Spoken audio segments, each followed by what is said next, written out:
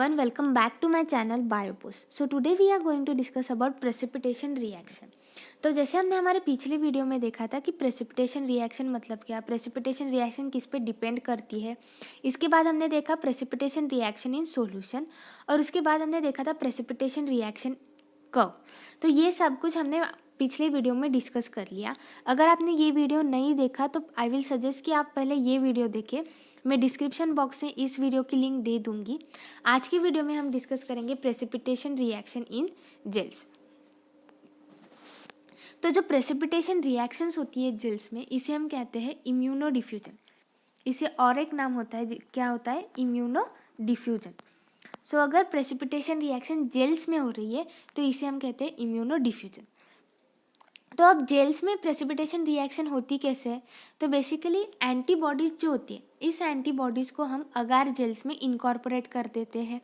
Incorporate करने के बाद जो एंटीजेंस होते हैं वो एंटीजन एंटीबॉडीज़ की तरफ क्या होते हैं, डिफ्यूज़ होते हैं। अब डिफ्यूज़ होने के बाद इन दोनों में इंटरैक्शन होगा और इंटरैक्शन कहाँ होगा? उस रीजन में होगा जहाँ पे एंटीबॉडी और एंटीजन का कॉन्सेंट्रेशन कैसे होगा, इक्वल होगा, ऑप्टिमम होगा। उस रीजन में एंटीबॉडी और एंटीजन का इंटरैक्शन होगा और उसी रीजन में हमें क्या फॉर्म होगा, एक प्रेसिपिटेट रिंग फॉर्म होगी या फिर एक प्रेसिपिटेट लाइन फॉर्म होगी उस रीजन में। किस रीजन में? जहाँ पे एंटीजन और एंटीबॉडी का कॉन्सेंट्रेशन कैसे होगा, इक्वल होगा, ऑप्टिमम होगा। अब जो प्रेसिपिटेशन रिएक्शन इन जेल्स, जिसे हम इम्यूनो डिफ्यूजन कहते हैं, इम्यूनो डिफ्यूजन दो टाइप्स के होते हैं। First type is the radial immuno diffusion. पहला कौन सा होता है, रेडियल, और दूसरा होता है डबल इम्यूनो डिफ्यूजन। दूसरा कौन सा होता है, डबल इम्यूनो डिफ्यूजन। आज की वीडियो में हम रेडियल इम्यूनो डिफ्यूजन के बारे में बात करेंगे और आने वाली वीडियो में हम बात करेंगे डबल इम्यूनो डिफ्यूजन के बारे में। So first we will are going to discuss about radial immuno diffusion. Radial immuno diffusion को हम और एक नाम से जाना जाता है, रेडियल इम्यूनो डिफ्यूजन, जो होता है मैंसिन मेथड, MANCINI।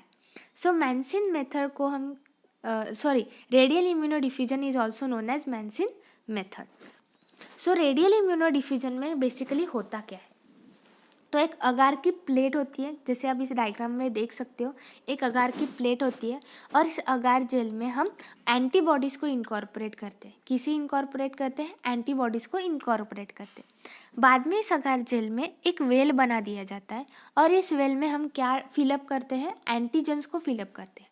अब जब हमने एंटीजेंस डाल दी, एंटीबॉडीज़ डाल दी, तो ये एंटीजेंस क्या करेंगे, इन वेल से निकलकर एंटीबॉडीज़ की तरफ डिफ्यूज़ करेंगे। वेल से निकलकर एंटीबॉडीज़ के तरफ डिफ्यूज़ होंगे।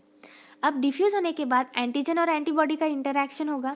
इंटरैक्शन होने के बाद जहाँ पे इक्वल अमाउंट ऑफ एंटीजन और एंटीबॉडी होगी, ऑप्टिमम अमाउंट ऑफ एंटीजन और एंटीबॉडी होगी, वहाँ पे क्या फॉर्म होगा, वहाँ पे फॉर्म होगा एक प्रेसिपिटेट रिंग फॉर्म होगी। क्या फॉर्म होगी? एक प्रेसिपिटेट रिंग फॉर्म होगी। आप जो ये पर्पल में देख रहे हो वो क्या है, एक प्रेसिपिटेट रिंग है। वो किससे बनी? इंटरैक्शन ऑफ एंटीजन और एंटीबॉडी। क्यों? क्योंकि इस रीजन में, ये जो पर्पल रीजन है, इस रीजन में एंटीजन और एंटीबॉडी का कॉन्सेंट्रेशन कैसा है, इक्वल है, ऑप्टिमम है। ये इस वजह से वहाँ पे इंटरैक्शन होगा और हमें एक प्रेसिपिटेट रिंग फॉर्म होती हुई दिखाई दी। अब मेन बात कि जो एरिया होता है प्रेसिपिटेट रिंग का, जो एरिया होता है, that is directly proportional to the concentration of antigen. क्यों? क्योंकि जो एंटीबॉडी हमने इनकॉर्पोरेट की थी अगार में, वो तो कांस्टेंट है, तो इसीलिए जो एरिया होता है प्रेसिपिटेट रिंग का, वो that is directly proportional to the antigen. अब आप बोलोगे कि हम एंटीजन का कॉन्सेंट्रेशन कैसे निकालें? अगर हमें प्रेसिपिटेट एरिया पता है, एरिया ऑफ प्रेसिपिटेट रिंग का जो एरिया है वो पता है, लेकिन उससे एंटीजन का कॉन्सेंट्रेशन कैसे निकाल सकते हैं?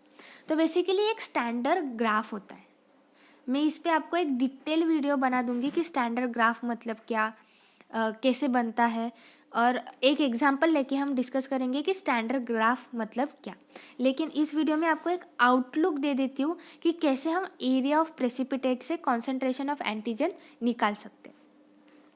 सो बेसिकली एक स्टैंडर्ड ग्राफ होता है जिसपे एक्स एक्सिस पे होता है प्रेसिपिटेट रिंग का डायमीटर, प्रेसिपिटेट रिंग जो फॉर्म होती है उसका डायमीटर, और वाई एक्सिस पे होता है कॉन्सेंट्रेशन ऑफ एंटीजन, एंटीजन का जो भी कॉन्सेंट्रेशन होगा वो, और ये होती है स्टैंडर्ड लाइन। तो ये जो प्रेसिपिटेट ऑफ रिंग होती है और कॉन्सेंट्रेशन ऑफ एंटीजन होता है, ये पहले से ही नोन होता है, पहले से ही नोन होता है। इसीलिए नोन कॉन्सेंट्रेशन और नोन प्रेसिपिटेट रिंग होने के डायमीटर ऑफ प्रेसिपिटेट रिंग का डायमीटर हमें अगर पहले से ही पता हो और कॉन्सेंट्रेशन ऑफ एंटीजन अगर पहले से ही पता हो तो हमें ऐसी एक स्टैंडर्ड लाइन मिलती है। लेकिन हमने अभी एग्जांपल देखा कि अगर डायमीटर होगा x, किसी प्रेसिपिटेट रिंग का डायमीटर होगा x, तो हम उससे कॉन्सेंट्रेशन ऑफ एंटीजन कैसे निकाल सकते हैं। फॉर एग्जांपल यहाँ होगा x, diameter of precipitate ring का यहाँ होगा x, यहाँ से स्टैंडर्ड लाइन तक हम एक लाइन निकालते हैं और वहाँ से हम y एक्सिस, स्टैंडर्ड लाइन से y एक्सिस तक एक लाइन निकालते हैं, और यहाँ जहाँ वो लाइन इंटरसेक्ट करेगी, जहाँ जॉइन होगी, वहाँ से हमें मिलेगा कॉन्सेंट्रेशन ऑफ एंटीजन। सो हम डायमीटर ऑफ प्रेसिपिटेट रिंग से हम एंटीजन का कॉन्सेंट्रेशन निकाल सकते हैं। ये थोड़ा आपको आउटलुक दे दिया है मैंने कि कैसे हम प्रेसिपिटेट रिंग के डायमीटर से हम पता कर सकते हैं कि एंटीजन का कॉन्सेंट्रेशन क्या होगा। इन डिटेल मैं आपको एक स्टैंडर्ड कर्व पे एक वीडियो निकाल दूंगी, वीडियो आपको दे दूंगी ताकि आपको अच्छे से समझ में आए कि स्टैंडर्ड कर्व होता क्या है, कैसे हम किसी एक कंपोनेंट का कॉन्सेंट्रेशन निकाल सकते हैं with the help of standard curve.